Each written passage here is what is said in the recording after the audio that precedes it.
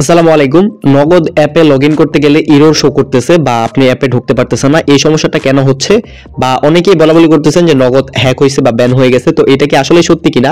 বা নগদে কি আসলে কোনো ধরনের প্রবলেম হইছে কিনা? চলেন আজকের এই ভিডিওতে আপনাদের সাথে এই প্রসেসটা নিয়ে কথা বলার চেষ্টা করব। অফিশিয়ালি নগদের ফেসবুক পেজ বা নগদের কোনো এরকম প্ল্যাটফর্ম বা ওয়েবসাইট থেকে কিন্তু এই ধরনের কোনো ইনফরমেশন দেওয়া হয় নাই যে নগদের কোনো ধরনের হ্যাকিং ইস্যু বা এই ধরনের কোনো প্রবলেম হইছে।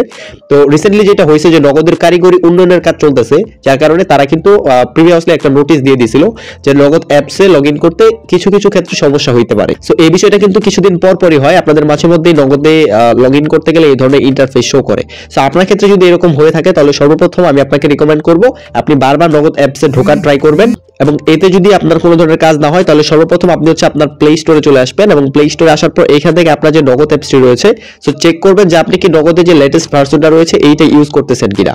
সো যদি এখানে নগদের লেটেস্ট ভার্সনটা থাকে তাহলে এখানে ওপেন শো করবে, এবং যদি লেটেস্ট ভার্সন না থাকে সেক্ষেত্রে এখানে আপনি আপডেট লেখা পাবেন।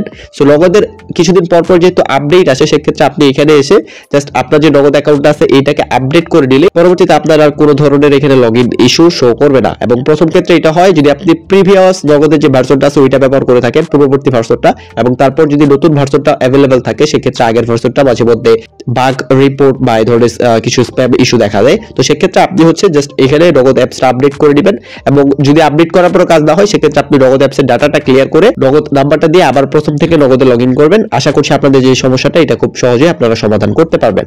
এবং এই ছিল আজকের ভিডিও। কেউ ভয় পাবেন না, ভয় পাওয়ার কিছু নেই, নগদ একটা বিশ্বস্ত প্ল্যাটফর্ম। এবং এই ছিল আজকের ভিডিও। আপনাদের সাথে দেখা হবে পরবর্তী ভিডিওতে। ভালো থাকবেন ততক্ষণ। আল্লাহ হাফেজ।